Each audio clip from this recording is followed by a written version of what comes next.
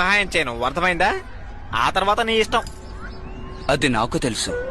నేను ఎంతో కష్టపడతాను, ఖచ్చితంగా ఎదుగుతాను. ఇప్పుడు చెప్పావు చూడు, ఇది కరెక్ట్.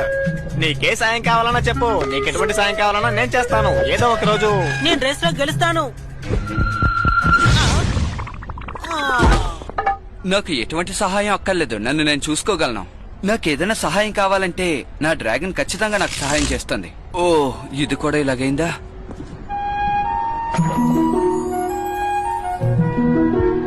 హే, అక్కడి నుంచి నది నీ ఫ్రెండ్ కిట్టే కదా. ఇదిగో చూడు, నువ్వు నీ వయసుకు తగ్గట్టు మాట్లాడు. హే, ఇలా చూడు, మనతో అబద్ధం చెప్తున్నాడు. అటువైపు ఆశగా చూస్తున్నాడు కదూ. ఏయ్, ఏం చేస్తున్నావు? ఇలా చూడు, నా దగ్గర ఒక ప్లాన్ ఉంది.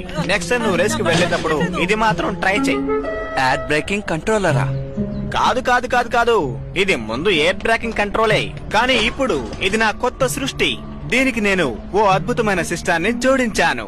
ఈ డిజైన్ లో ఎప్పుడైనా సరే మనం కావాలనుకున్నట్టుగా రీప్రోగ్రామ్ చేసుకోవచ్చు. కమ్యూనికేషన్ డిపార్ట్మెంట్ లో కనుక దీన్ని అమ్మేసుకుంటే చాలా లాభం వస్తుంది తెలుసా?